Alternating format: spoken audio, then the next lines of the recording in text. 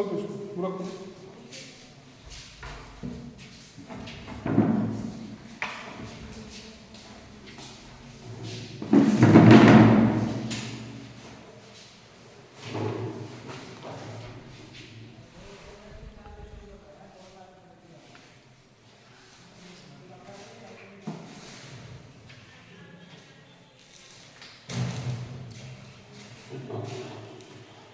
आज 20 तारीख है ना, 20 तारीख।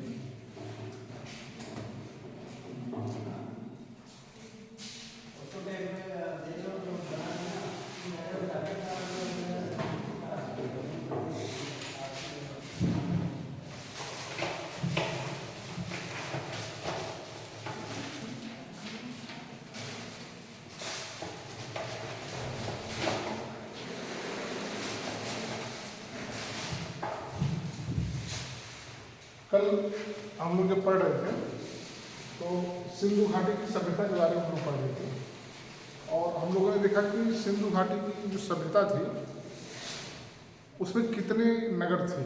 जो सिंधु घाटी की सभ्यता का मतलब था, तो अब ऐसा तो है नहीं कि सिंधु घाटी की जो सभ्यता में एक ही नगर रहा होगा। कल हम लोगों ने पढ़ा, कालीबंगा पढ़ा, ठीक है, मोहनजोदड़ो पढ़ा, हड़प्पा पढ़ा, ठीक, और इस तरह से बहुत सारे हम लोग 13-14 शहर लगभग पढ़े। आज हम लोग की जो विशेष टॉपिक रहेगी सिंधु घाटी सभ्यता की विशेषताएं।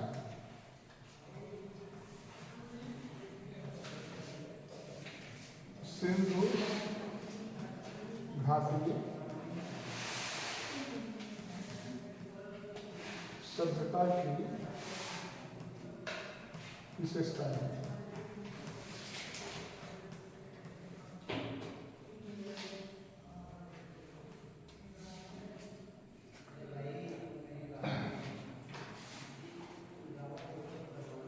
इसमें सबसे पहले ये रहेगा नंबर 1, नगर निर्माण की योजना।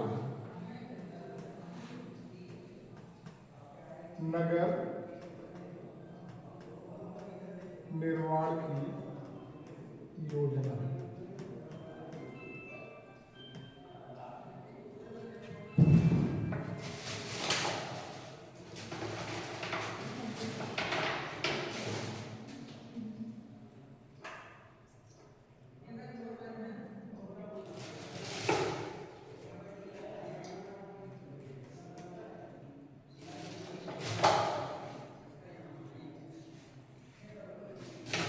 जब हम लोग किसी नगर का निर्माण करते हैं तो नगर निर्माण में 2 चीज़ें होती हैं। गांव जो होता है वह अव्यवस्थित होता है, मतलब उसकी कोई लगभग योजना नहीं होती है।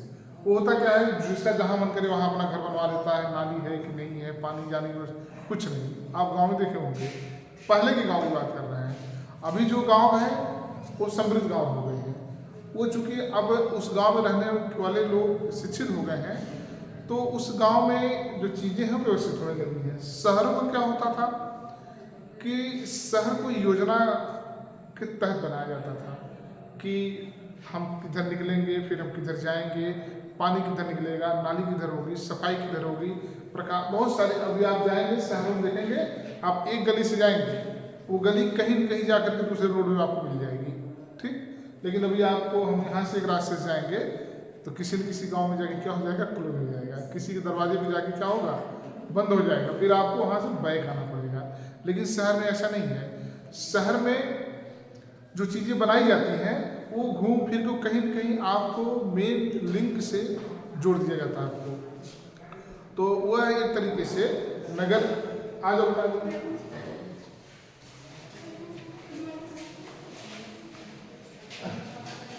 तो वो नगर योजना के तहत काम करता है।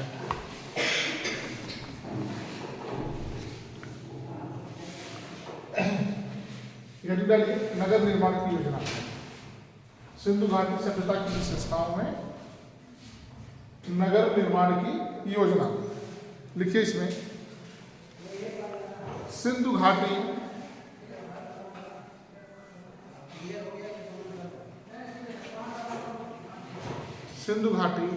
सभ्यता का स्वरूप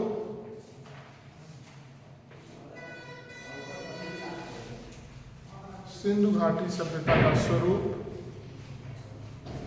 नगरीय था।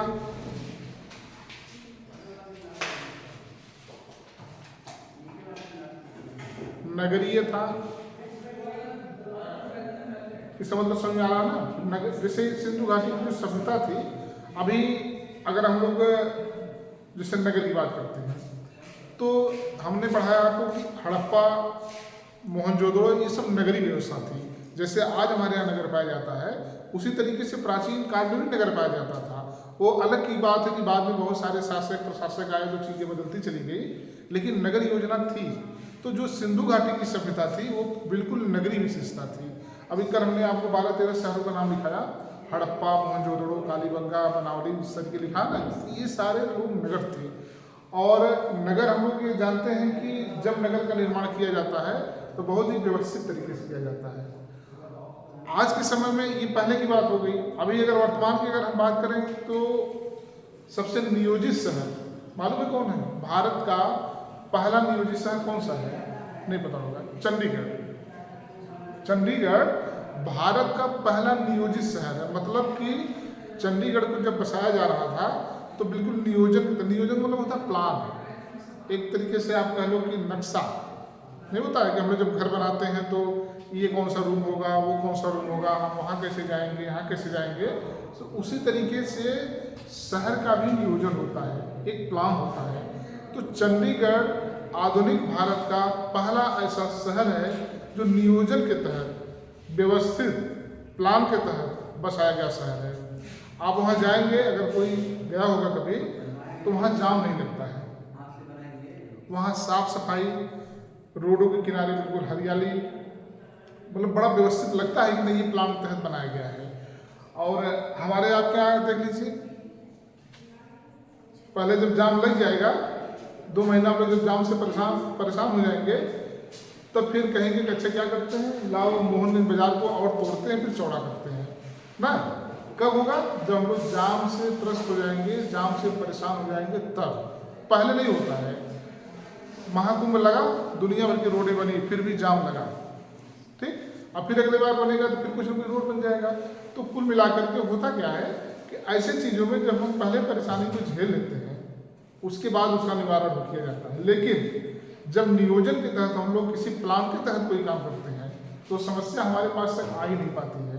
तो चंडीगढ़ भारत का वर्तमान मतलब आधुनिक पहला ऐसा शहर है जो नियोजन के तहत बसाया गया है। वहाँ आप जाएंगे कि जैसे अभी हम लोग रोड पे जाते हैं तो वहाँ रोड के किनारे किनारे इतने हरे हरे पेड़ लगाए गए हैं कि उनको काटना वर्जित है।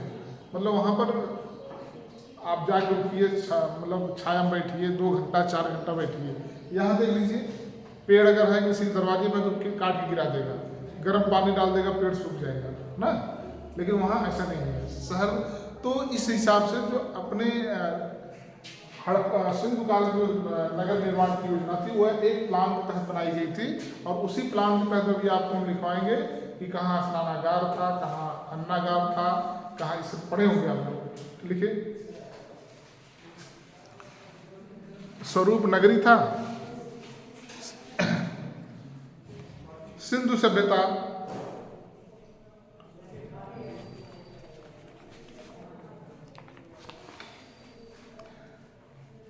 की नगर योजना का आधार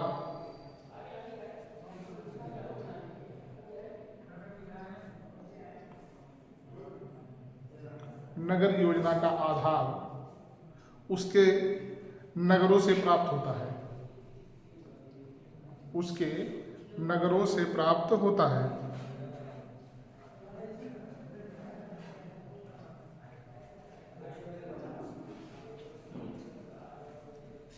पैराग्राफ चेंज करिए। सिंधु सभ्यता नगरों में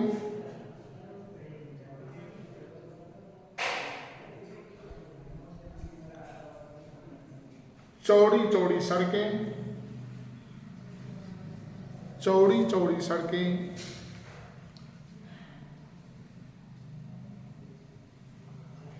पूर्व से पश्चिम की ओर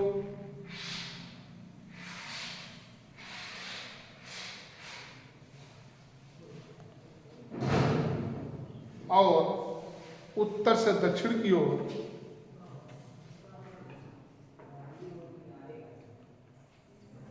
उत्तर से दक्षिण की ओर एक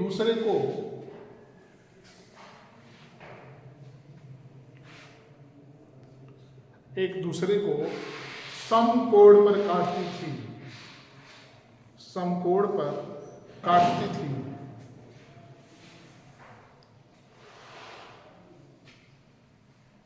इस प्रकार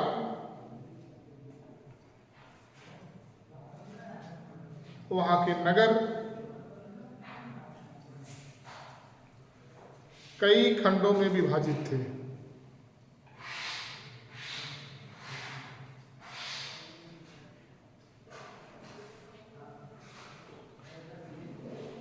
नगर की सभी सड़कें विभाजित थी।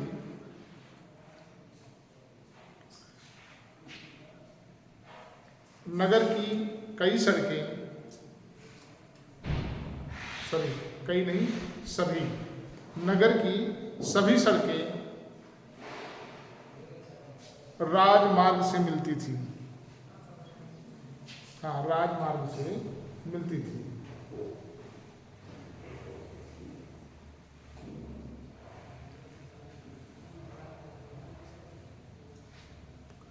नगरों में जल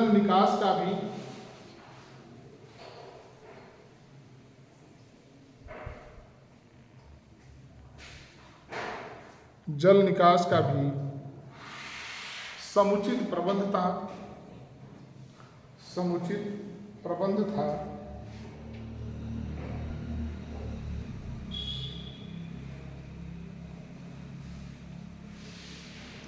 सड़कों के किनारे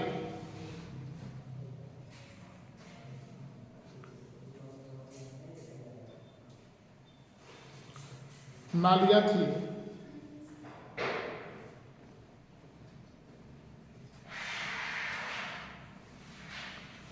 जो पक्की एवं ढकी होती थी,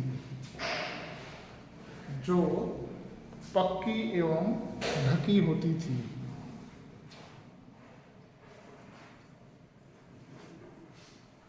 इनमें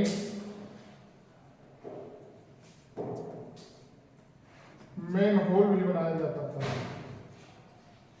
इनमें मैनहोल भी बनाया जाता था।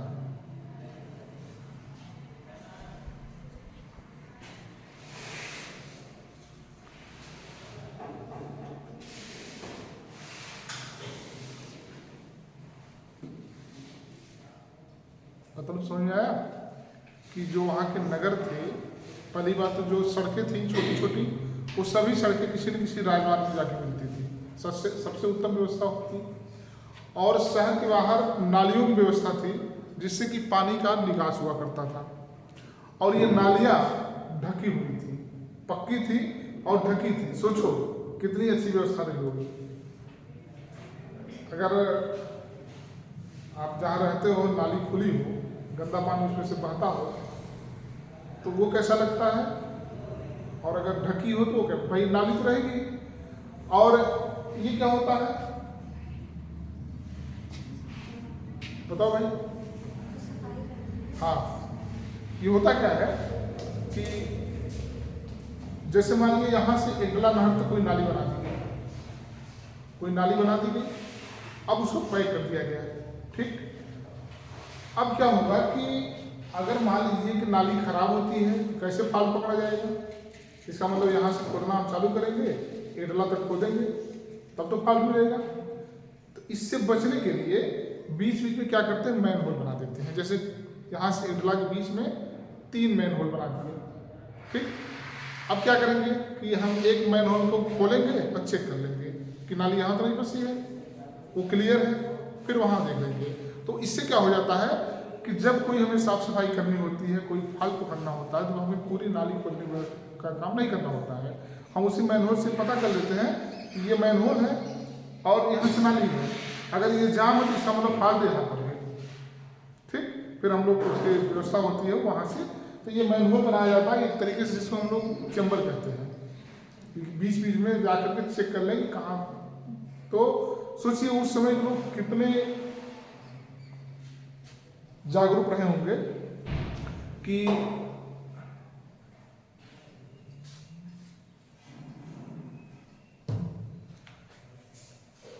व्यवस्था से वहाँ का नगर निर्माण कर रहे थे। और सारे के सारे जो नगर थे वो कहीं न कहीं जाकर राजमार्ग, ये आवागमन के यातायात के सबसे अच्छे साधनों में आता है। कि जैसे अगर जिस एरिया में सड़क हो, रास्ता हो, राजमार्ग हो, तो विकास का आलम वहाँ क्या होता है, अच्छा होता है। भाई आप अपने घर से निकले, तुम लोग उस गेट से आया करो, और तो वहाँ के जो नगर नियोजन की व्यवस्था थी इस तरीके। अगली हेडिंग डालिए आप लोग, भवन निर्माण।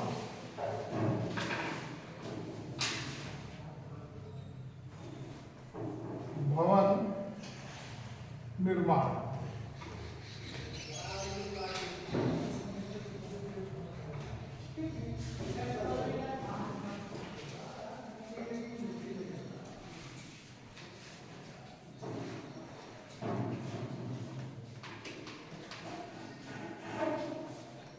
देखिए, भवन निर्माण में वहाँ पे दो तरीके के होते थे। एक तो साधारण भवन होता था, साधारण भवन जिसमें कि लोग रहते थे, और एक सार्वजनिक भवन होता था जिसमें कि सरकारी कामकाज होता था। ये कैसा भवन है? जो विद्यालय है, विद्यालय के भवन कैसे हैं? सार्वजनिक है कि क्या है? सार्वजनिक है। भाई अगर व्यक्तिगत होता तो आप यहाँ आते नहीं आते। इसका मतलब ये किसी काम के लिए बना है, ये किसी को शिक्षा देने के लिए बना हुआ है। तो जो शिक्षा लेना चाहेगा वो भाई इसमें आप यही कहेंगे कि हम अपने कॉलेज में हैं, मतलब कि आप अपने घर में हैं। अब इतना कहने से आपका नहीं हो जाएगा, लेकिन ये सार्वजनिक भवन हो गया। तो एक व्यक्तिगत भवन होता था, साधारण भवन जिसको हम लोग कहते थे, मतलब आज हम लोग जिसको व्यक्तिगत भवन कहते हैं, उसी को उस काल में साधारण भवन कहा जाता था। और एक वह भवन होता था जिसे सार्वजनिक भवन कहा जाता था। सार्वजनिक भवन को भी हम सरकारी भवन कह सकते हैं, सामूहिक भवन कह सकते हैं। ऐसे भवन में सार्वजनिक कार्य किए जाते थे। तो भवन निर्माण में नंबर 1 लिखिएगा, साधारण भवन। इसमें थोड़ा लिखना है, बताइए, साधारण भवन।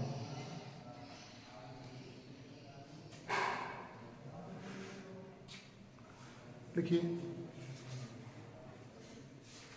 इन भवनों का निर्माण, इन भवनों का निर्माण नहीं, आकार, इन भवनों का आकार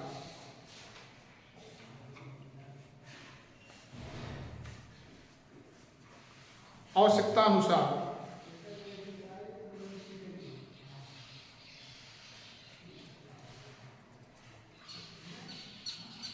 छोटा एवं बड़ा होता था,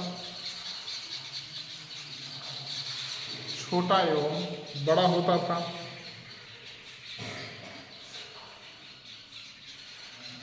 और यह 1 से 2 मंजिले का होता था, 1 से 2 मंजिले का होता था।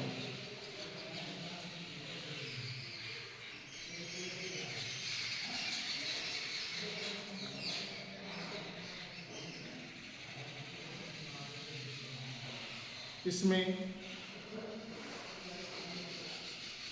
रसोई,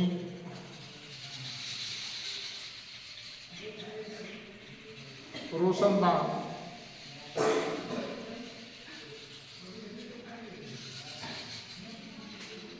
खिड़कियां, दरवाजे, कुआं, स्नानागृह, स्नानागृह,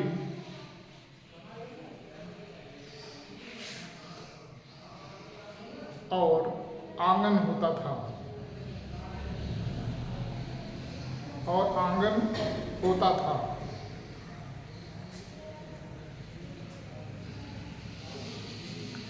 दरवाजे की छत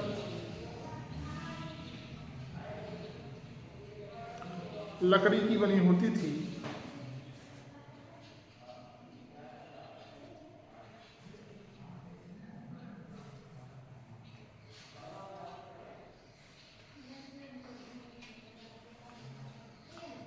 और फर्श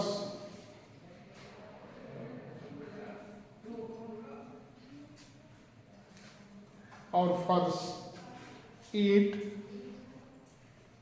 खड़िया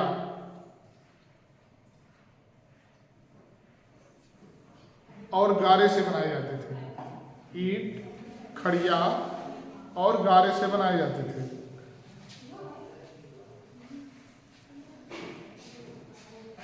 इन भवनों में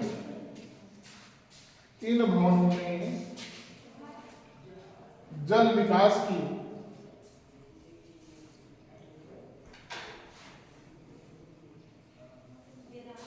उत्तम व्यवस्था थी।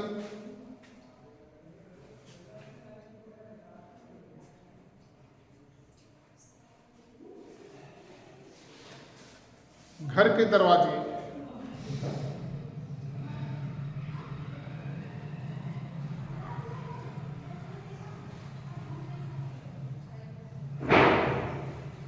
मुख्य सड़क पर न खुलकर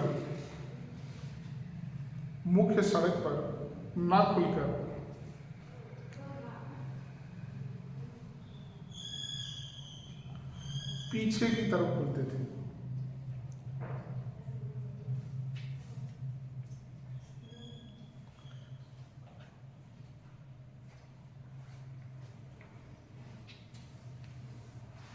एक मंजिला से दूसरा मंजिला पे जाने के लिए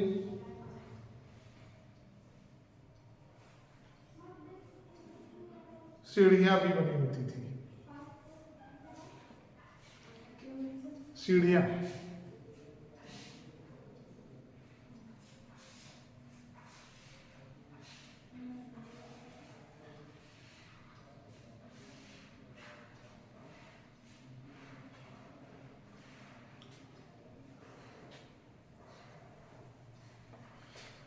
इसको देखने से क्या लग रहा है? लग रहा है ना कि जैसे जहां हम लोग रहते हैं, साधारण भवन कैसा होता है, जहां हम लोग रहते हैं भाई रसोई है और स्नानागृह है, कुआं है। इसका मतलब कि एक व्यक्ति के जीवन में जितनी चीजें आवश्यक होती हैं वह सब चीजें वहां पे लगाई गई हैं। तो ये आपका हो गया साधारण भवन। दूसरा भवन जो है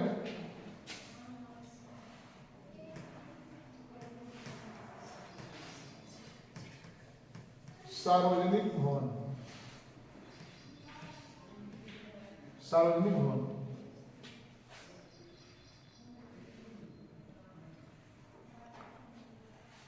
लिखिए।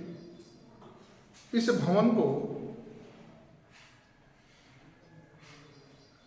राजकीय भवन भी कहा जाता था।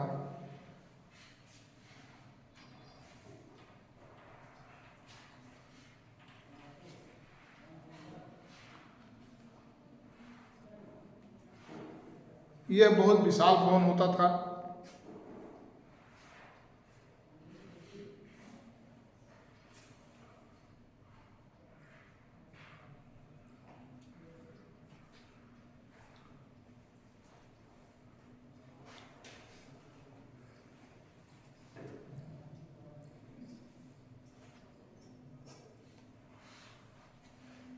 और इसको स्तंभ के सहारे बनाया जाता था।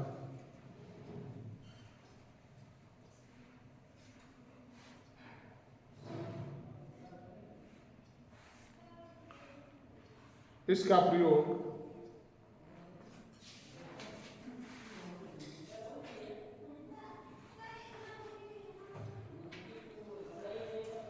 किसी मुद्दे पर, इसका प्रयोग मत लिखना, प्रयोग क्या लिखिए बेटा, उपयोग लिख दो।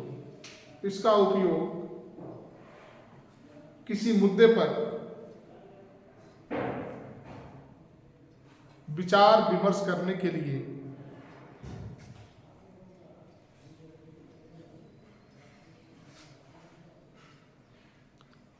किया जाता था।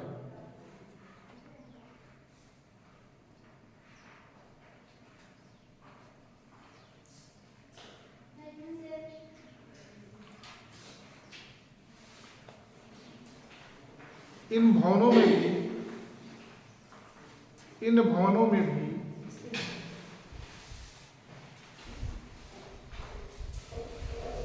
विशाल स्नानागार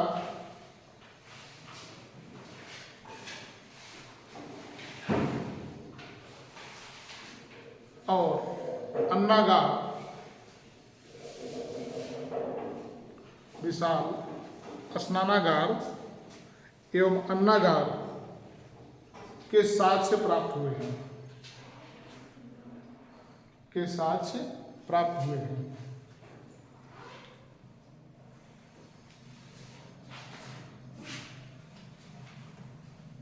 तीसरी हेडिंग रहेगी सामाजिक जीवन।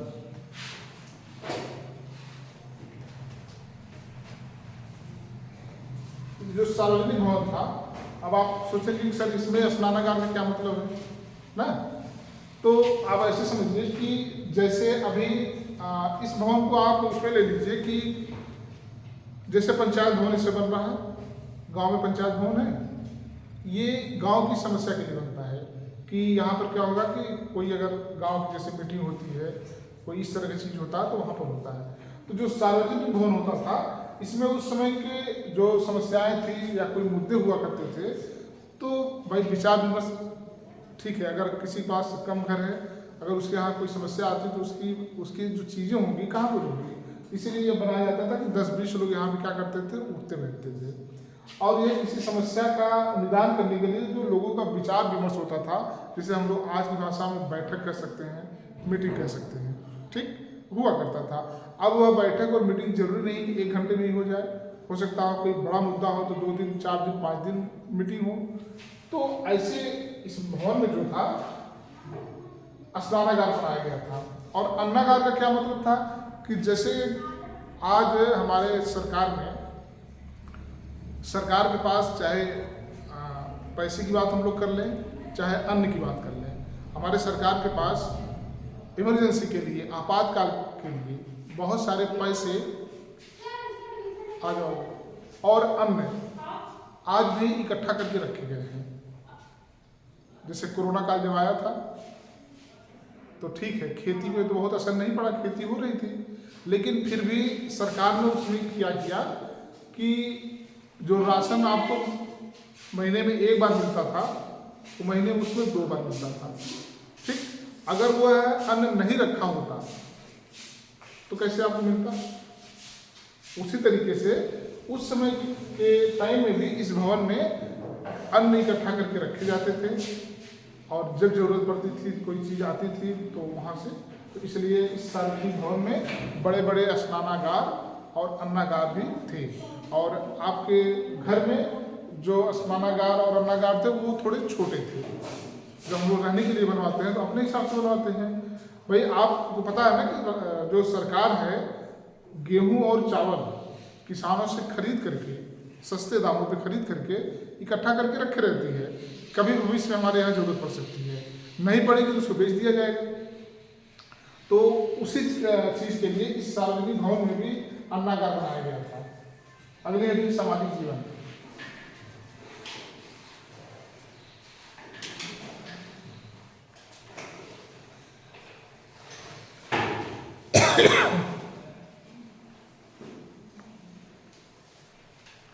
इसके अंतर्गत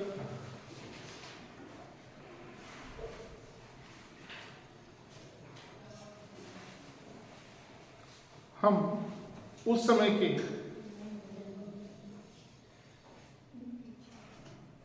रहन सहन, वेशभूषा, आभूषण,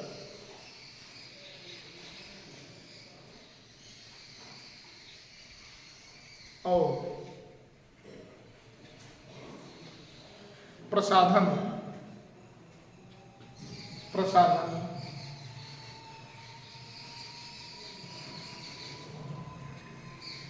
का वर्णन करेंगे।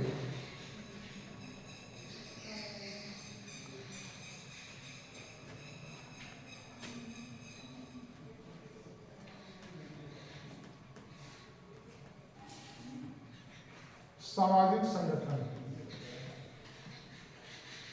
अगली हेडिंग रहेगी, मतलब तीसरे का एक कर दीजिए, सामाजिक संगठन।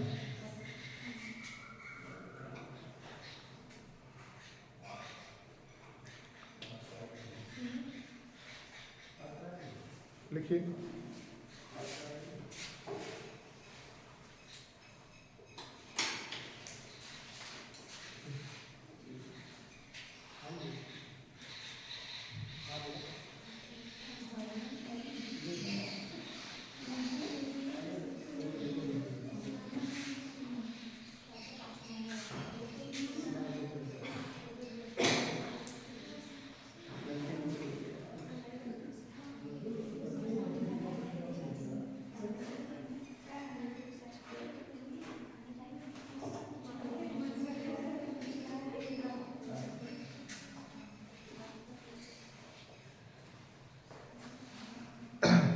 देखिए, सामाजिक संगठन में, संगठन मतलब ये होता है, जैसे अभी हम लोगों ने पढ़ा कि पहले लोग किसमें रहते थे, कबीलों में। बताया था ना कि एक एक कबीला होता था, जैसे कि पूरा गांव है और पूरे गांव के लोग एक साथ रहते हैं, लेकिन वो लोग करते क्या थे, जब कहीं आना जाना होता था तो उनको कबीलों में बांट दिया जाता था। वो भी एक तरीके का संगठन ही था भाई। जैसे 100 लोग हैं तो 10-10 का एक ग्रुप बना दिया जाता था, तो कितने कबीले हो गए, 10 कबीले हो गए। अभी यहाँ पर वर्ग व्यवस्था नहीं आई है, अभी वर्ग व्यवस्था नहीं आई है, मतलब इसमें वर्ग व्यवस्था मतलब कि अभी कोई छोटा बड़ा नहीं है, अभी समानता की बात चल रही है। अभी खुरापात तब होगा जब, ठीक है, खुरापात मतलब अभी आगे जब लालच बढ़ेगी, जब परिवार नामक संस्था का पूरा विकास हो जाएगा, विवाह होने लगेगा, पति पत्नी और बच्चे जब डिवाइड हो जाएंगे, तब इंसान के अंदर लालच अकूत आती है। तब वहीं से हमारे यहाँ वर्ग का विभाजन होता है कि हम आपका कितना छीन लें, कितना आपको परेशान कर दें, कि आप जगह छोड़ के भाग जाए, जगह हमारी हो जाए, हम बड़े आदमी हो जाए, आप छोटे हो जाओ, ये होता है ना। तब उस समय जब महत्वाकांक्षा बढ़ती है, लालच बढ़ती है, तब जाकर के वर्ग की उत्पत्ति होती है। और ये महत्वाकांक्षा और लालच कब बढ़ेगी, जब हमारे अपने लोग हो जाएंगे। अपने लोग मतलब क्या मतलब, पति पत्नी बच्चे माता पिता अपने लोग हो गए। अभी ऐसी कोई भावना यहाँ पे थी नहीं, अभी पूरा का पूरा गांव एक माना जाता था, पूरे गांव की लड़कियां सबकी बहन और पूरे गांव के लड़के सबके भाई, ठीक, ये पहले। अब क्या है, आज जो आपके भाई हैं वही अपने हैं, जो हमारी बहन है वही, मतलब जो सिस्टम चल रहा है। और आज के जो भाई हैं या उस समय में जो भाई थे, सबसे सुरक्षित स्थान लड़कियों के लिए भाई का ही माना जाता है ना। लेकिन चीज़ें इतनी बदल गई हैं कि अब पूरे गांव के लड़के भाई नहीं हो सकते, अब सिर्फ जो अपना भाई है वही भाई है। तो कुल मिला के इस समय का जो संगठन था वर्गविहीन था, और इस संगठन में कोई वर्ग नहीं था। जो मुखिया था उसी को मुख्य माना जाता था, और बाकी लोगों को उसी के आदेशानुसार, निर्देशानुसार रहना पड़ता था। लिखिए थोड़ा सा, क्या लिखे हैं, लिखिए। सिंधु सभ्यता का समाज, सिंधु सभ्यता का समाज मुख्यतः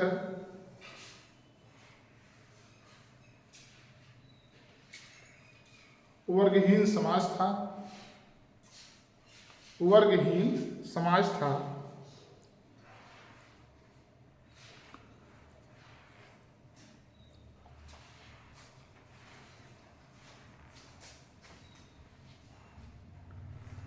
इस समय व्यापार की प्रधानता थी, व्यापार की प्रधानता थी।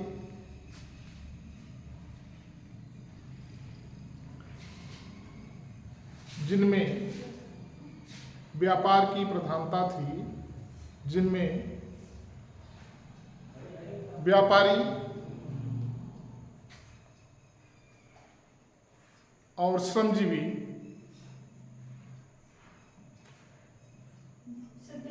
और श्रमजीवी, अरे मतलब मजदूर जो श्रम पे जीता हो, लिख लो, क्यों बताते हैं आपको। श्रमजीवी दो ही महत्वपूर्ण थे,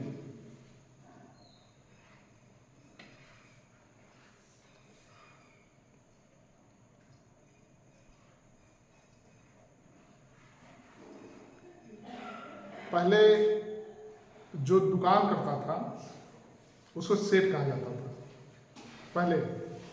और अभी जो दुकान खोलता है उसे सबसे गरीब माना जाता है कि बहुत परेशान व्यक्ति इसलिए दुकान खोल लिया है ना।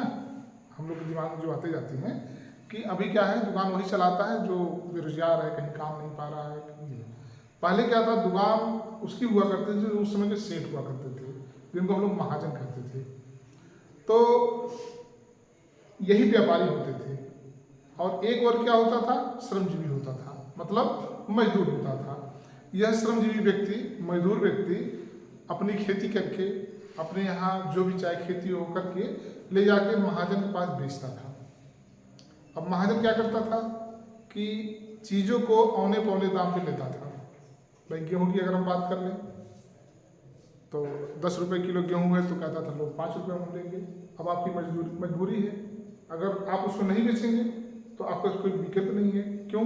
क्योंकि एक ही महाजन है, लेगा तो वही लेगा। 10 महाजन होते तो आप कहेंगे ठीक है, तुम नहीं लोगे तो वहाँ जाएंगे। अभी क्या है, पूरी मंडी खाली है, तुम लेना हो तो बताओ, नहीं तो पूरा अपना ट्रैक्टर आगे बढ़ाते हैं, दूसरे क्या लेके जाएंगे। तो वो भी सोचेगा यार लेके चला जाएगा तो जो उचित दाम है वो आपको मिलता है। आप हमेशा याद रखिएगा कि चीज़ें जब ज़्यादा होती हैं, जब प्रतिस्पर्धा बढ़ती है तो चीज़ों की क्वालिटी क्या हो जाती है, बढ़ जाती है। अभी जब एक महाजन होता तो आपको मजबूरी में जितने लोग कहता उतने में आपको देना पड़ता है ना। लेकिन अगर 10 विकल्प आपके पास रहेंगे तो उसको भी डर लगेगा कि मैं नहीं लूँगा तो ये ले लेगा, और ये नहीं लेगा तो ये ले लेगा। और आपके पास भी विकल्प रहेगा, ठीक है तुम 5 रुपये लगा रहे हो, मैं तुमको नहीं दूंगा, मैं जा रहा हूँ कि 6 रुपये दूंगा। तो वहाँ क्या होगा कि आपके चीज़ की सबको आवश्यकता है, उस गेहूँ की आवश्यकता सबको है। लेकिन अब क्या होगा कि कोई 5 रुपये लगा देगा, कोई 6 रुपये लगा देगा, कोई 8 रुपये लगा देगा। तो आप कहाँ देंगे, 8 वाले को देंगे। तो अब 5 वाला क्या सोचेगा कि यार अगर हम 5 लगाएंगे तो हमको देगा नहीं, तो वो भी ज़्यादा बढ़ा के लगाएगा ना। तो महाजन पहले यही होते थे। और उसमें 2 ही वर्ग था, एक व्यापारी का था, व्यापारी मतलब महाजन था, चाहे उसको आप सेठ कह लो, व्यापारी कह लो, महाजन कह लो। और दूसरा जो वर्ग था मजदूर का था, श्रमजीवी मतलब जो श्रम पर अपना जीवन यापन करता था मजदूरी करके। तो उसमें वर्गहीन समाज था, वर्ग विहीन समाज था, कोई वर्ग नहीं था। व्यापार ही प्रमुख था और इस व्यापार को करने वाले 2 लोग थे, एक व्यापारी था और एक मजदूर था या श्रमजीवी था। आगे लिखिए।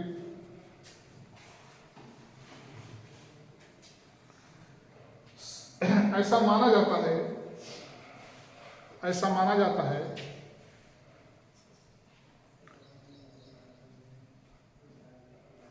कि इस सभ्यता में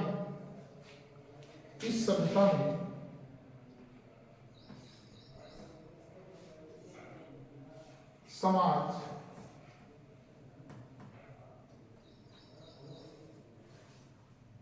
मातृ प्रधान था।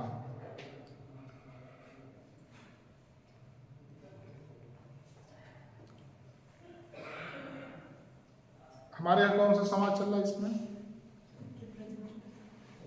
बताओ भाई? पितृ प्रधान, पुरुष प्रधान ना। इसलिए पुरुषों को बड़ा घमंड रहता है कि मतलब हम लोग क्या है, महान है, प्रधान है। और इसलिए तुम लोग की जो कौशल का जो विकास आप लोग का थोड़ा देर से शुरू हुआ है, हम लोग के समय शुरू हुआ है। हम लोग को पहले नहीं शुरू हो पाया क्योंकि हम लोग ज़्यादा पढ़ लिख लिए। हम लोग को लगा कि नहीं अकेले कमा, देखो इंसान आपको पढ़ा रहा है आपसे नौकरी कराने के लिए। मतलब पहले क्या था कि ये था कि नहीं आपका काम क्या है, आप घर में रहोगी, खाना बनाओगी, बच्चे की देखभाल करोगी, आप बाकी आपको कुछ नहीं करना है। जब इंसान के ऊपर बोझ पड़ा, कमाने के खर्चे ज़्यादा बढ़ने लगे तो लगा उसको कि यार अकेले तो काम हो नहीं पा रहा, क्या करते हैं, इनको ही पढ़ाते हैं, इनसे भी नौकरी कराते हैं। तो आपको जो पढ़ाया जा रहा है, नौकरी कराया जा रहा है, आपके फायदे के लिए नहीं, अपने फायदे के लिए कराया जा रहा है कि आप कमाओगे तो सपोर्ट होगा।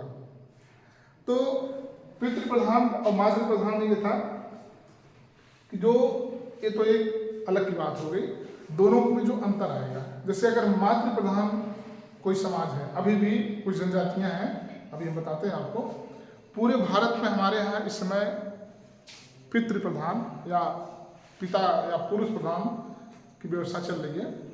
इसमें होता है कि कोई भी चीज़ें पुरुष के हिसाब से निर्धारित होती है, जैसे जाति, धर्म, ठीक, नाम, ये सब किससे होता है? पुरुष से होता है। अगर आपका नाम भी आपके पिता के माध्यम से होगा, ठीक, पिता की जाति से, पिता के नाम से, शादी के बाद पति के नाम से, तो ये तरीके से क्या हो जाता है कि जिस जाति का पति होगा, चाहे लड़की किसी भी जाति की हो, शादी अगर हो जाती है किसी अदर कास्ट में, तो लड़की की जाति भी बदल जाती है। सोचो, लड़की नहीं बदलती है लेकिन जाति बदल जाएगी। आप यादव से सिंह हो जाओगे, सिंह से यादव हो जाओगे। तो ये क्या है? पहले क्या था कि सब कुछ माँ के हिसाब से चलता था, पुरुष मतलब जीरो। आज भी जनजातियां हैं,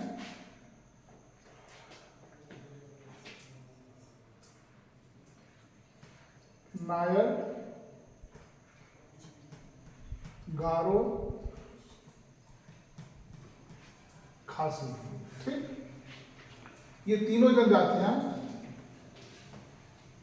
मातृ प्रधान हैं। यहाँ तो थोड़ी सी ये लोग विकसित हो गए हैं, लेकिन ये जो नायर जनजातियां हैं, आज भी इनके यहाँ जो शादी विवाह होता है, लड़के बारात लेके नहीं जाते हैं। ये केरल में पाई जाती है, आप डाक में पढ़ लेना।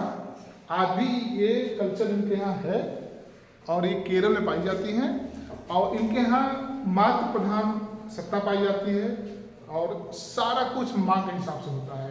संपत्ति का जो बंटवारा होता है, माता से बेटियों को जाता है। हमारे यहाँ किससे जाता है? पिता से बेटों को जाता है। बेटी मतलब कुछ नहीं, लेकिन कुछ नहीं का मतलब है, कानून में है, अगर बेटी भी चाहे तो अपने पिता की संपत्ति में हक मांग सकती है। लेकिन चूंकि हम लोग बड़े व्यवहारिक जीवन जीते हैं, तो अगर आप मांगोगी तो यहाँ पर सेम वही चीजें होती हैं कि माता से जो सत्ता होती है बेटी में चली जाती है, पुत्री में चली जाती है, और पति का मतलब क्या होता है? जीरो होता है। जैसे हम लोग विवाह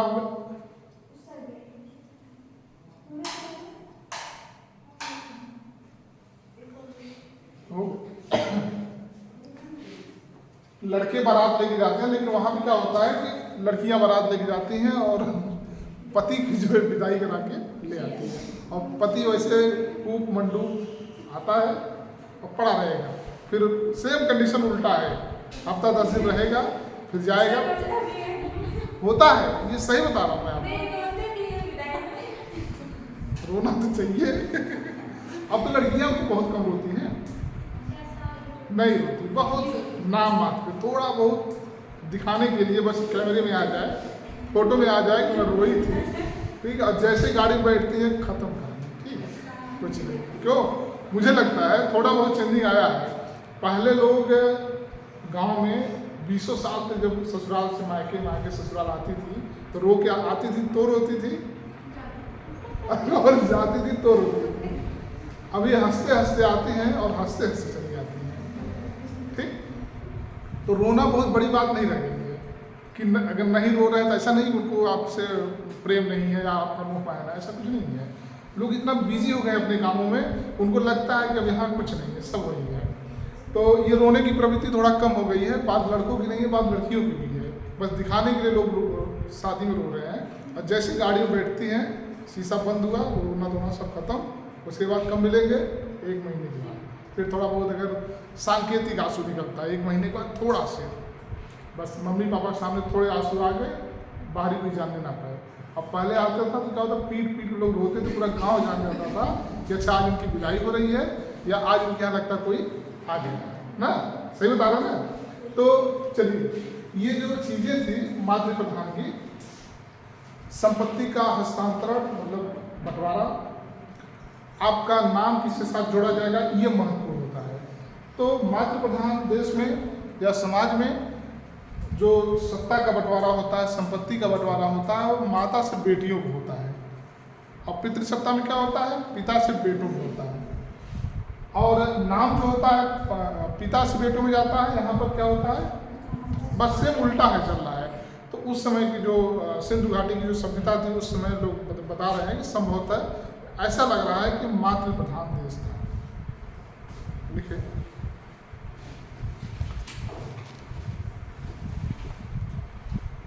कृषि एवं आहार। हाँ, दूसरी है कृषि एवं आहार।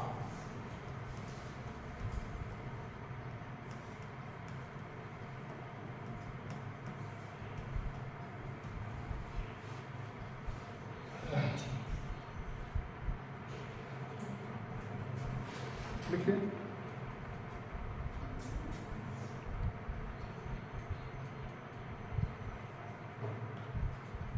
इस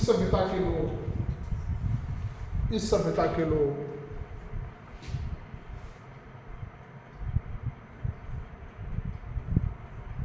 गेहूं, जौ, चावल, मटर, दूध, सब्जियां,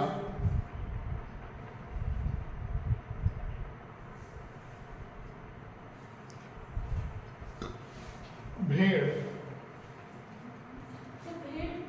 हाँ बिल्कुल बता रहे हैं, भेड़, गाय, मछली,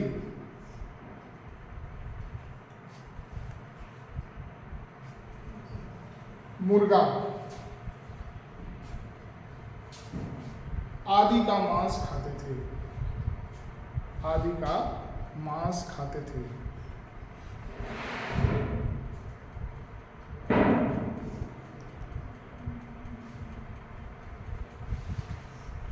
अगली हेडिंग,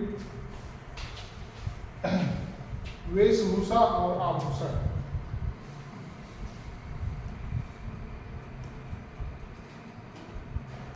वेशभूषा और आभूषण।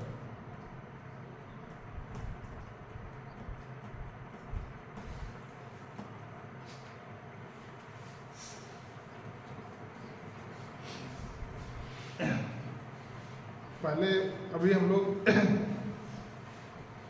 अभी देखो, गाय हमारी माता नहीं हुई है। अगर गाय माता हुई होती तो उसमें लोग गाय का मांस नहीं खाते, ठीक ना। हमने आपको बताया था ना कि धर्म की उत्पत्ति कब होती है, जब व्यक्ति सभी चीज़ों से निवृत्त हो जाता है, फुर्सत में हो जाता है, पेट भरा रहता है और दिमाग कुछ खुरापात करने का मन करता है। तो अभी क्या है, अभी हमारी गाय जो है, गाय माता नहीं हुई है, अभी गाय का मांस खाया जा रहा है। अभी जब गाय माता हो जाएगी तब देखना कि गाय के गोबर को भी हम लोग बचा के रखेंगे, गाय के दूध को भी होता है ना। अभी क्या है, अभी एक गाय आप मार के कहीं फेंक दीजिए, देखिए आपके ऊपर मुकदमा हो जाएगा। अभी यहाँ हम लोग क्या पढ़ रहे हैं कि लोग खुलेआम गाय का मांस खा रहे थे। अभी लोग क्या है, जैसे एक बच्चा जब जन्म लेता है तो वह सिर्फ हाड़ मांस का पुतला होता है ना, उसके दिल दिमाग में कुछ नहीं भरा रहता है कि मैं किस जाति का हूँ, मैं किस धर्म का हूँ, या किससे हमको नफरत करना है, किससे प्रेम करना है।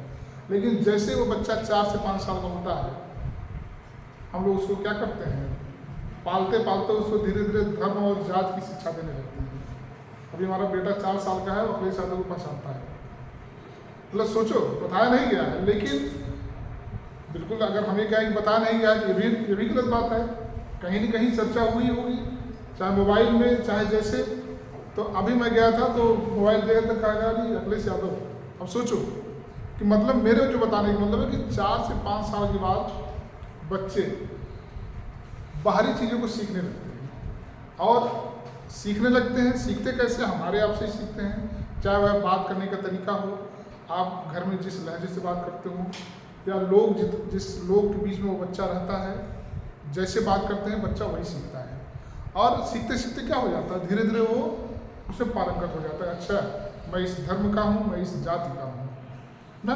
तो उसके अंदर अभी क्या था, वो बिल्कुल साफ सुथरा था, बिल्कुल तालाब के शांत पानी जैसा था। लेकिन हम लोगों ने संस्कार परवरिश करते करते हम लोगों ने अपने जाति के आधार पर और अपने धर्म के आधार पर उसकी परवरिश कर दिया, और वह बड़ा होने के बाद क्या हो गया, जातिवादी हो गया और धर्मवादी हो गया। जाहिर सी बात है। तो अभी क्या था, अभी हम लोगों ने गाय को पवित्र नहीं माना है, इसलिए गाय का हम लोग मांस खा रहे हैं। अभी जब गाय को हम लोग पवित्र मान लेंगे तब अब ये होगा कि नहीं, अब गाय का गोबर, गाय का दूध सब पवित्र है, और हम लोग इसको पूजा में काम लेते हैं। तो पवित्र हम लोग मानते हैं, जो गोबर गाय का है वही गोबर एक भैंस का भी है या दूसरे किसी पशु का भी है, लेकिन हम उसको पवित्र नहीं मानते, उसको हम लोग ऐसे फेंकते हैं। और गाय के गोबर को हम लोग पवित्र मान लेते हैं। ये कौन मनाता है? हमारा संस्कार, हमारे समाज के लोग, हमारे लोग जिनके बीच में हम रहते हैं। तो हम लोग क्या करते हैं कि चीज़ें पवित्र होती नहीं हैं, लोग उसको मान लेते हैं। मान लेते हैं तो क्या हो जाता है? पवित्र हो जाता है। अभी क्या था, यहाँ पर हम लोग सब मांस खा रहे हैं। आगे लिखिए अगली हेडिंग, वेशभूषा और आभूषण। लिखिए, शरीर पर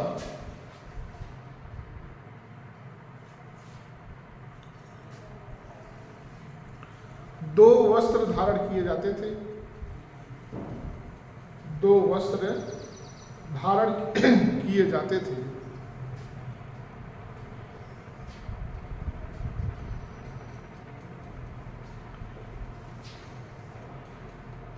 एक आधुनिक शाल के समान कपड़ा था। आधुनिक शाल के समान कपड़ा था,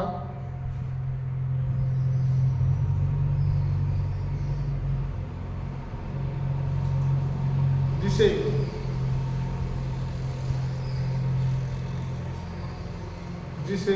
दाहिने कंधे पर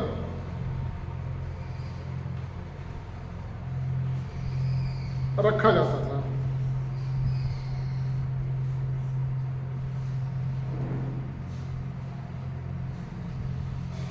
और दूसरा वस्त्र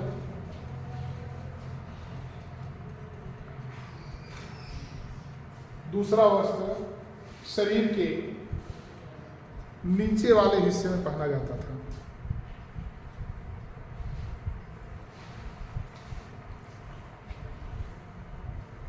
जो आधुनिक धोती के समान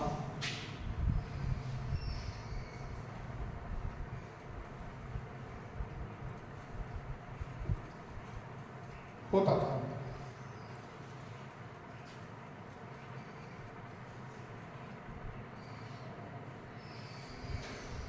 स्त्रियों और पुरुषों के वस्त्रों में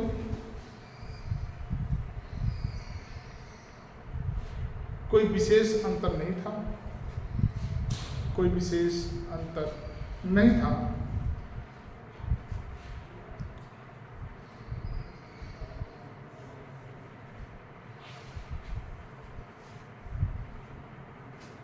इस समय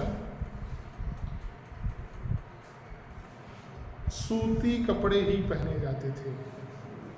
सूती कपड़े ही पहने जाते थे।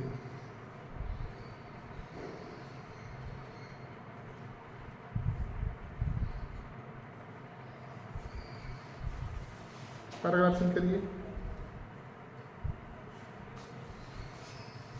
स्त्री और पुरुष दोनों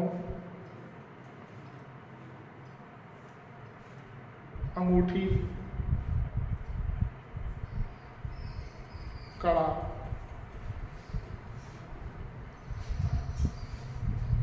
कंगन, कंठहार,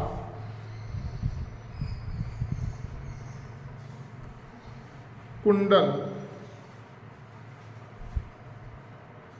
आदि पहनते थे।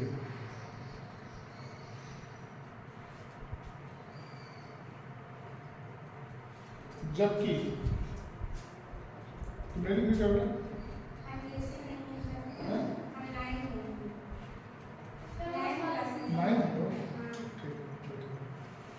क्या लिखी? स्त्रियां आदि क्या बोला? जबकि स्त्रियां चूड़ियां, कानफूल, हसली,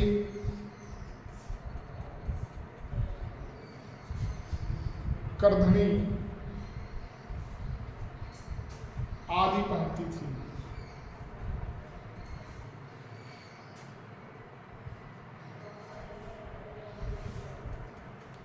ये आभूषण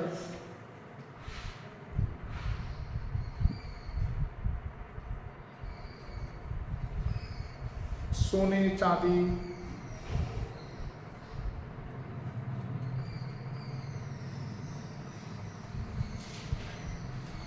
और हाथी के दांत के बनाए जाते थे। हाथी के दांत के बनाए जाते थे।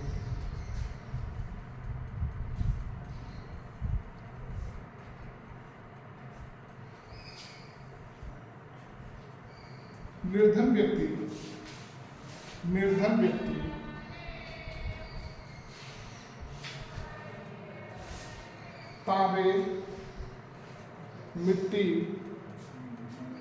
तांबे, मिट्टी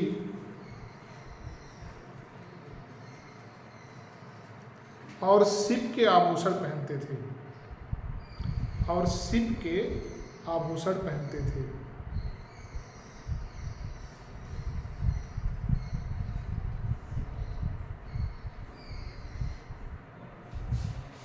ठीक,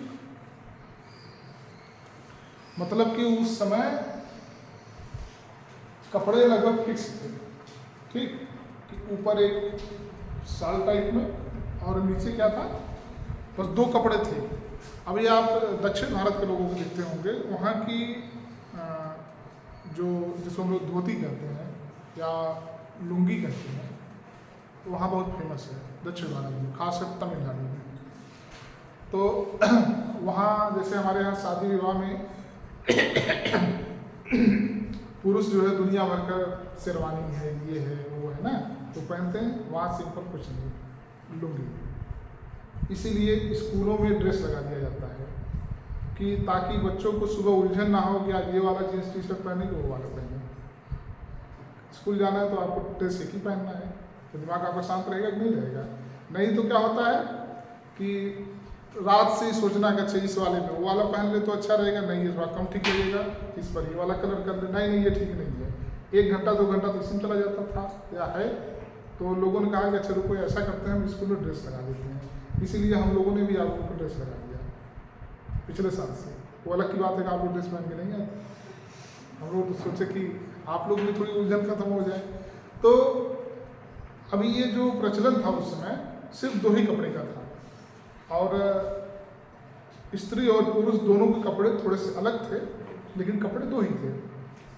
और उस समय के जो धनी व्यक्ति था, वह जो जिसने हमने आभूषण के नाम लिखवाया, सबको पता है, कुछ कठिन लग रहा है उसमें, मालूम है ना। तो उस समय लेकिन जो निर्धन लोग थे, गरीब लोग थे, बताओ कुछ उसमें बताएं। देखो शिवानी से पूछो, बताएंगी। ठीक है। तो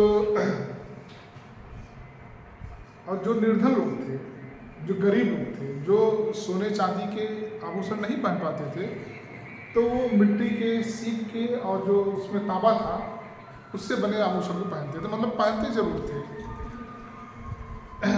अगली हेडिंग डालिए, प्रसाधन सामग्री।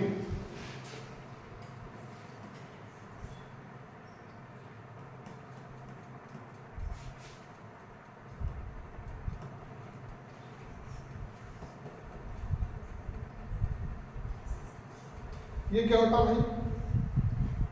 नेहा कोई ब्यूटिशियन कोर्स किया है नहीं? कोई ब्यूटिशियन का कोर्स किया है? उतने वाला कोर्स नहीं किया तुमने? ठीक है। ये प्रसाधन का मतलब होता है कि जो आप लोग आज मेकअप बोलती हो ना, मेकअप बॉक्स, मेकअप किट। अभी पहले मेकअप लोग 2-4 नाम जानते थे या नाम बोलते थे, अभी जो दुकानों को मिलता है कि मेकअप बॉक्स चाहिए या मेकअप किट चाहिए, उसमें सब कुछ रहता है। थोड़ा थोड़ा ही रहेगा लेकिन सब कुछ रहेगा। उसके बहुत सारे नाम हैं, बेहतर आप लोग जानते हैं। उस समय के प्रसाधन देखिए क्या थे, अभी आप लिखेंगे और इस समय में तुलना करिएगा। लिखिए प्रसाधन सामग्री, लिखिए। यह है स्त्रियों का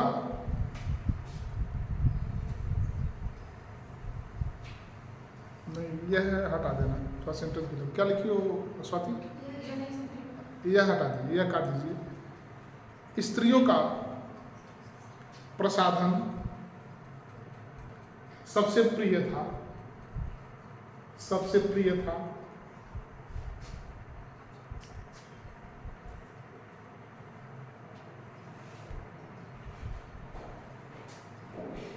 उस समय केवल लिपस्टिक का प्रयोग होता था, लिपस्टिक का प्रयोग होता था,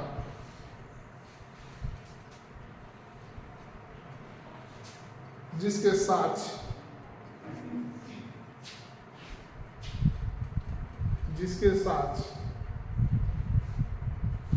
चनहुदड़ों से प्राप्त हुए हैं। चनहुदड़ों नाम है, ऐसे लिखा जाएगा।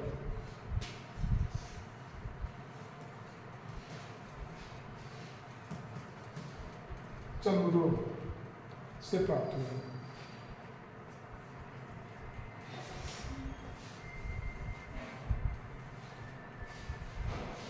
मतलब कि प्रसाधन में सिर्फ एक ही चीज था जो कि सबसे प्रिय था ये। और इस समय अगर हमको लगता है कि कम से कम 100 नाम तो एक एक व्यक्ति 100 नाम जानते होंगे। अगर प्रसाधन की सामग्री हम आपसे पूछें या किट का नाम पूछें तो 100-50 तो सबको पता होगा ना, अलग अलग तरीके के अलग अलग नाम उसके हैं। तो उस समय इतनी चीज़ें नहीं थी, तो इसका मतलब कि तैयार होने में बहुत टाइम, कहीं अगर आना जाना रहता होगा तो तैयार होने में बहुत टाइम नहीं लगता रहा होगा ना। अभी तो हम लोग जब तक 20 बार तैयार हो लेते हैं, 20 बार, उतने के आधे टाइम में भी लोग तैयार नहीं हो पाते हैं। गाड़ी स्टार्ट करके बंद कर दो, वो क्या करेंगे, झगड़ा तो करेंगे नहीं, इंतजार करेंगे ठीक 1 घंटा 2 घंटा। इसलिए कहीं जाना होता है 2 बजे तो बताते हैं कि 12 बजे निकल देना है, पता है कि 2 बजे लगता है, आप 2 बजे बताएंगे तो 4 बज जाएगा। तो हम लोग थोड़ा दिमाग लगाते हैं कि 2 घंटा पहले, अच्छा उधर 1-2 बार बात आ जाती है तो उनको लग जाता है अच्छा एक सब 2 घंटा पहले ही बताएं, निकलना 2 बजे ही है, 12 बजे बोले ठीक है, आराम से काम होता है, फिर वो खींच वहाँ तक चला जाता है। तो अभी इतनी प्रकार की वैरायटी ये सब आई है। तो चीज़ें उस समय क्या था, बहुत सरल जीवन हमारे यहाँ का था। और सरल जीवन में जैसे होता क्या है कि जब हम लोग किसी भी चीज़ का, जैसे अगर हमारे पास ऑप्शन कम है, जैसे कोई गरीब लड़का हो या लड़की हो जिसके पास 2 ही कपड़े हैं, तो आप सोचिए उसको 2 ही पहनना है, तो उसको एक आज पहनेगा एक कल पहनेगा।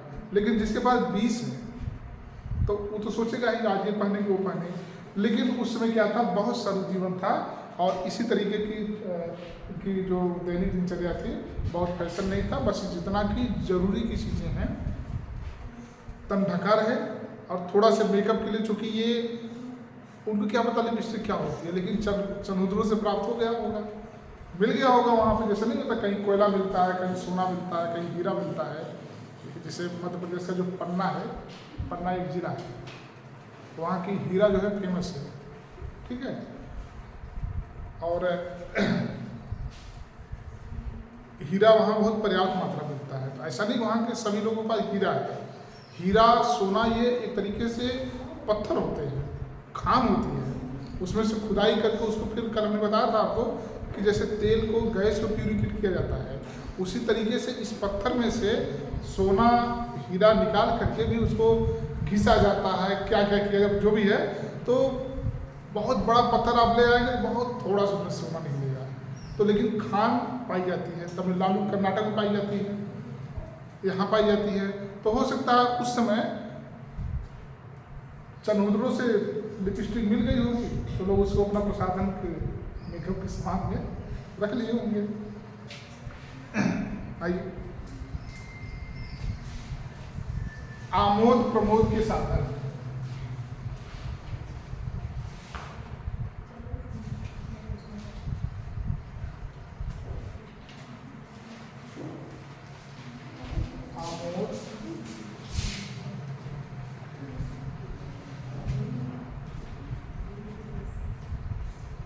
इसमें क्या लिखा जाएगा भाई?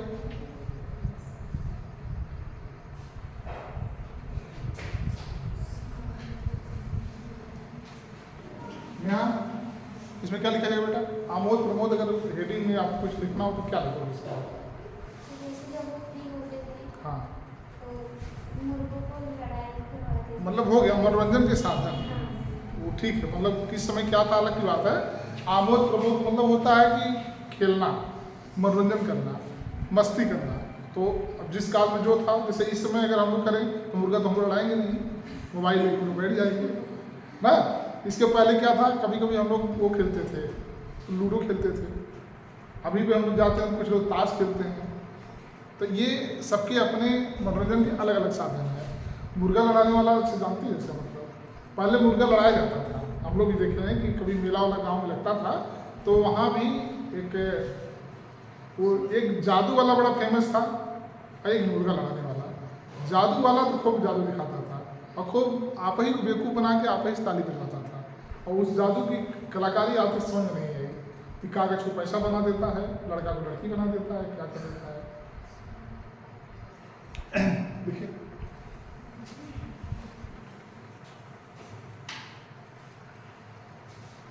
जुआ खेलना,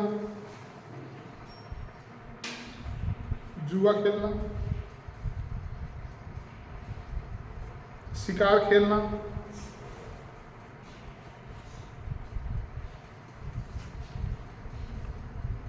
नाचना, गाना, मुर्गा लड़ाना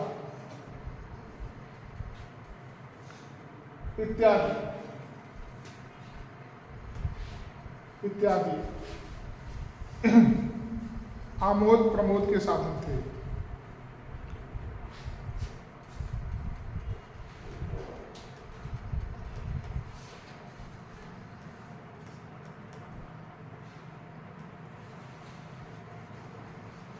औषधियाँ,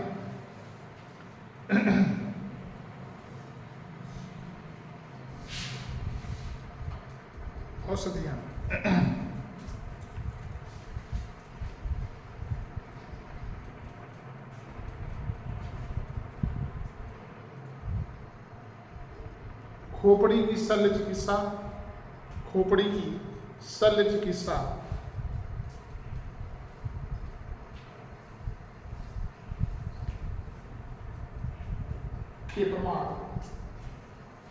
के प्रमाण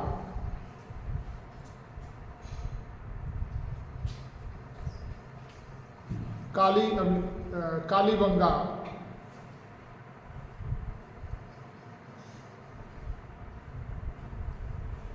एवं लोथल, कालीबंगा एवं लोथल से प्राप्त होते हैं।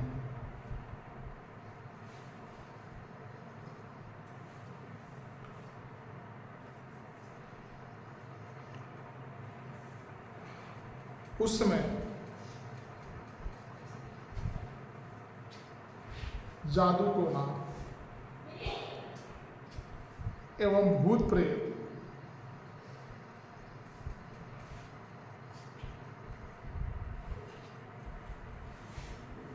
का बोलबाला था।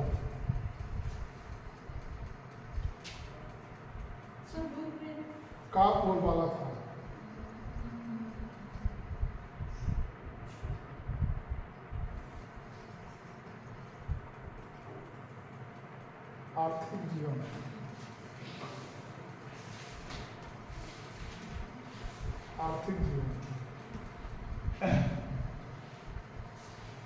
देखिए उसमें जैसे अभी हमने बताया कि औषधि के रूप में ज़्यादा कुछ वहाँ नहीं मिलता है, ठीक है। औषधि के नाम पर बहुत ज़्यादा प्रमाण भी नहीं मिले हैं, बस यही मिला है कि लोथल और कालीबंगा से कुछ साक्ष्य प्राप्त हुए हैं, जिसमें यह प्रमाण मिला है कि शल्य चिकित्सा मतलब जो सिर होता है, शल्य चिकित्सा मतलब शल्य मतलब होती है हड्डी, उसकी चिकित्सा के कुछ प्रमाण मिले, कोई ऐसी दवा का नाम नहीं मिला है। क्योंकि उस समय भूत प्रेत और जादू टोना इन सब का ज़्यादा बोलबाला था। तो बोलबाला तो आज भी है लेकिन थोड़ा कम हुआ है। तो उस समय का किसको जादू है, टोना है। अच्छा एक चीज़ और आप देख लो कि जिस हिसाब से समाज में समस्या आती है उसके निवारण करने वाले भी पैदा हो जाते हैं ना। जादू टोना था तो उसको झाड़ने फूकने वाले वहीं से पैदा हो गए, उसी गांव में से तो हो जाते हैं ना। पता लगा कि दो एक लोग को झाड़ दिए, सही हो गया, उनका नाम चलने लगा, अच्छा बहुत अच्छा, पूरा गाँव के यहाँ जाने लगता है। आज समय क्या है, बीमारी बढ़ रही है, डॉक्टर बढ़ रहे हैं, तो हम लोग डॉक्टर को फेमस करते हैं, होता है ना भाई। अगर ये डॉक्टर पहले रहे होते तो हो सकता है जादू टोना का इतना विस्तार ना हो पाया होता, लेकिन ये डॉक्टर भी उस समय उसी में लीन थे ही नहीं। शिक्षा नहीं था, ज्ञान नहीं था, टेक्नोलॉजी नहीं थी। आज पहले क्या था कि एक हम लोग के गांव में, सबके गांव में होगा, एक डॉक्टर था, मुझे बहुत छोटे, आज भी वो डॉक्टर मरने कंडीशन पे है, और उसी जगह पर है एक टूटा फूटा घर है, पतरा रखा हुआ है, और दवा तब भी ऐसे खून के जो 2-1 टिकिया आती थी, चाहे डिसिप्लिन कोई भी दवा हो, मतलब कोई भी बीमारी आपको 2-3 दवा उसकी फिक्स थी, उसी में आपको ठीक होना है, हो जाइए, मरना हो तो मर जाइए। दवाई नहीं थी उसके पास, या दवा मार्केट में भी नहीं थी। आज इतने दवा आ गए हैं कि हमें आपको पूरा नाम भी नहीं पता होगा। वो एक एंटीबायोटिक, एक सेरिडान, डिस्प्रिन, 2-4 दवा रखता था खून के, पता नहीं जैसे हम लोग सिलबट्टा रखते हैं मसाला भूनने के लिए, उसी में खट मार के पुड़िया बना के देता था, जाके भून पी जाइए, बच गए तो ठीक है, मर गए तो पी जाइए। और आज भी वह डॉक्टर है, लेकिन उसके अंदर कोई भी परिवर्तन नहीं हुआ है, एकदम हूबहू वैसे ही दवा देता, वैसे ही बैठे हैं। आज क्या है, पहले इसी टाइप की दवा होती थी, अभी क्या है कि 1 बार 2 बार अगर आपको फीवर या कोई बीमारी नहीं पकड़ में आती है तो डॉक्टर पहला काम क्या करता है, तुरंत ब्लड चेक कर देता है आपका, ठीक, और तुरंत आपकी बीमारी वहीं से पकड़ में आ जाती है, तो ये क्लियर हो जाता है, वो आप मरेंगे नहीं। टाइफाइड हुआ है, डेंगू हुआ है, मलेरिया हुआ है, उसकी दवा आपको अलग से चलेगी। पहले के डॉक्टर क्या था, हुआ है आपको मलेरिया, दे रहा है जुकाम की दवा, तो कैसे आप ठीक होंगे भाई, दवा उसके पास वही है। तो अच्छा, उस समय इतनी प्रकार की बीमारी भी नहीं थी। डेंगू का नाम आप लोगों ने कब सुना, अभी सुने होंगे 10 साल पहले, ठीक। और कैंसर, डेंगू, डायबिटीज, ये सारे नाम तो आज हम लोग जानते हैं, पहले तो था ही नहीं। अब जैसे जैसे इंसान टेंशन लेता जा रहा है, वैसे वैसे नई बीमारी आ रही है। अब बीमारी है क्या, डॉक्टर बता देता है डेंगू है, तो हम लोग मान लेते हैं डेंगू है।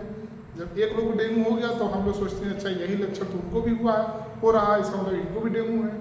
तो चीज़ें, बीमारी बढ़ती जा रही है, और हम लोग अब आधुनिक में करते क्या है कि तुरंत ब्लड जांच होता है, और तुरंत आपकी जो मर्ज होती है पकड़ में आ जाती है, और हम लोग उसी हिसाब से दवा करते हैं। पहले ऐसा कुछ नहीं था, तो प्रमाण ही नहीं मिला। मैंने बताया आपको कि थोड़ा सा प्रमाण आपको केवल शल्य चिकित्सा का मिलता है, मतलब हड्डी का।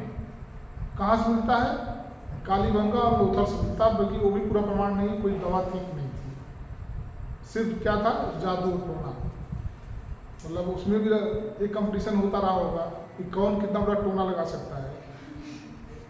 जादू भी कई प्रकार के होते हैं, सफ़ेद जादू, काला जादू, सफ़ेद है। अभी हम जब आपको कभी समाजशास्त्र पढ़ाएंगे तो उसमें जब सामाजिक जीवन हम लोग पढ़ते हैं तो काला जादू, सफ़ेद जादू, काला टोना, सफ़ेद टोना, बड़ा टोना, छोटा टोना, बड़ा टोना, काला टोना वगैरह आपको लग गया तो आप मर जाएंगे। मतलब बचना, उसको भी झाड़ने फूकने वाले कहते हैं कि हम काला टोना झाड़ते हैं, तो और अपने आप को बड़ा मानते हैं, अच्छा इसे हम लोग सोचते हैं कि ये ज़्यादा विशेषज्ञ है।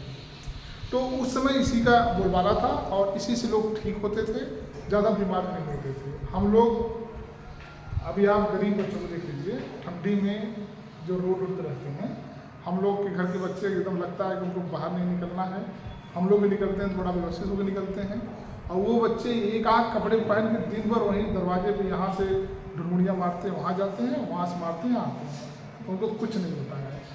हम लोग सोचते हैं कि गर्म दूध पीना, ये करना, तो कुछ नहीं उनको लेकिन क्यों, उनकी जो बॉडी है उसी को एब्जॉर्ब कर ली है, उसी को एडजस्ट कर ली है ही नहीं उनके पास। धीरे धीरे जब ठंडी लगती है तो वो धीरे धीरे क्या होता है, मेंटेन हो जाता है।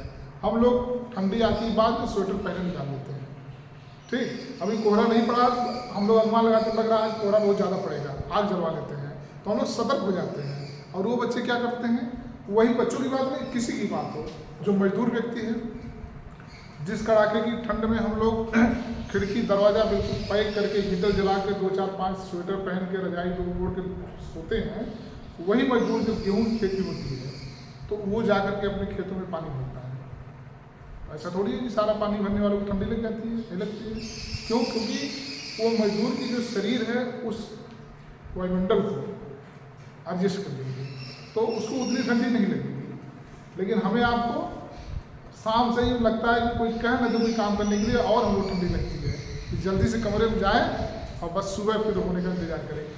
तो उस समय इतनी बीमारी भी नहीं थी। उसका कारण ये था कि लोगों की इम्यूनिटी तेज थी, चाहे खाने की शुद्धता हो, चाहे चीज़ें ना हो। हम लोग जब हम लोग को ज़्यादा अवसर किसी चीज़ का रहता है तो हम लोग उस पर ज़्यादा दिमाग लगाते हैं।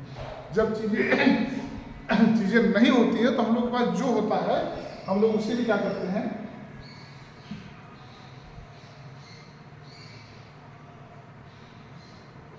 उसी में हम लोग अपने आप को एडजस्ट करने का प्रयास करते हैं। तो उस समय आप यही जानिए कि औषधि नाम की कोई चीज़ नहीं थी। थोड़ा सा प्रमाण मिलता है जादू टोने का, भूत प्रेत का, उसमें क्या था, बोलबाला था। और ये लोग उसी में, देखिए ये सब भी चीज़ें सीखने के लिए आती हैं। अगर हम धीरे धीरे, पहले लोगों के पास जब ज्ञान नहीं था तो ये लोग जादू टोना का सहारा लेते थे, भूत प्रेत का सहारा लेते थे, उसी में भूत देते थे, भूत ठीक होता था। टोना मिलता था, टोना ठीक होता था, तो एक तरीके से मज़ा भी आता था। अच्छा चलो इसको टोना लगा था, ये ठीक हो गया, ठीक।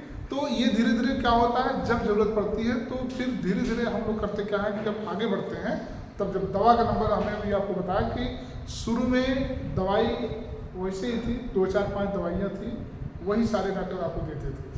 चाहे आपको डेंगू हुआ हो, मलेरिया, कुछ भी हुआ हो, पता ही नहीं लगता था हुआ क्या है।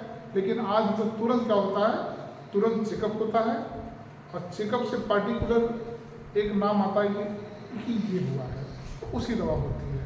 वो भी एक तरीका से नहीं करना। लिखिए, आर्थिक जीवन,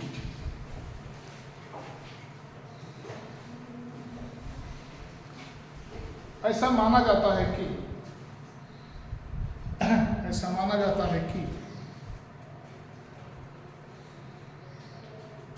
सिंधु सभ्यता के लोगों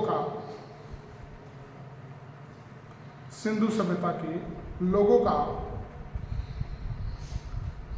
आर्थिक जीवन सुदृढ़ था।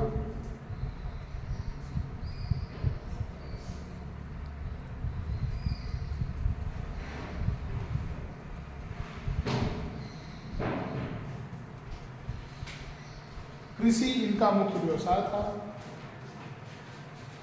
इनका मुख्य व्यवसाय था।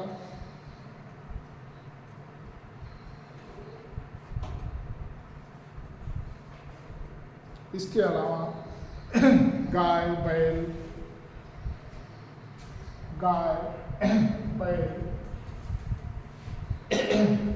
बकरी, कुत्ता आदि का पालन किया जाता था।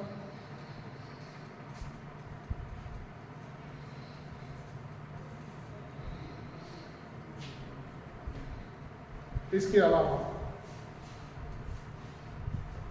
सूत काटना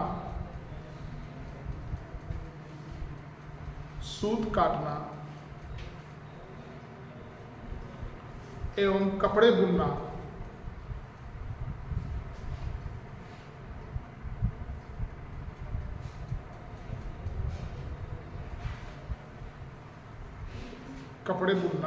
इनका व्यवसाय था।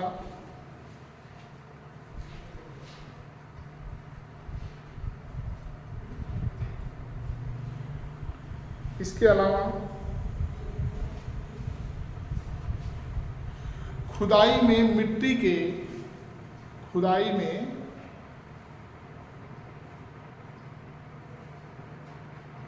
के असंख्य बर्तन प्राप्त हुए हैं।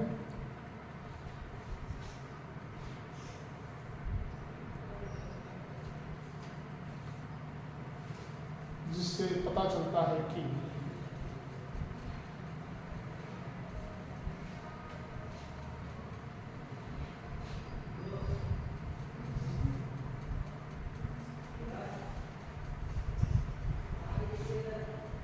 इनका भी व्यापार होता था।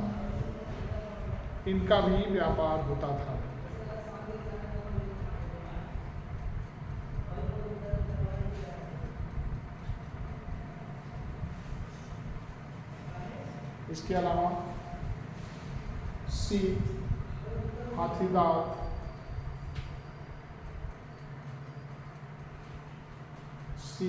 हाथीदांत आदि के आभूषण बनाए जाते थे।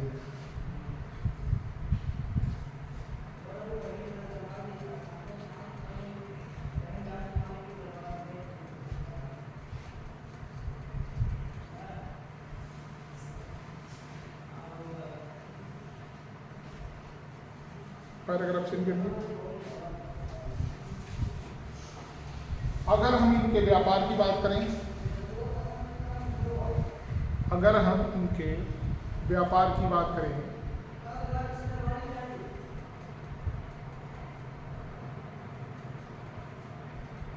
तो ये व्यापार जल और थल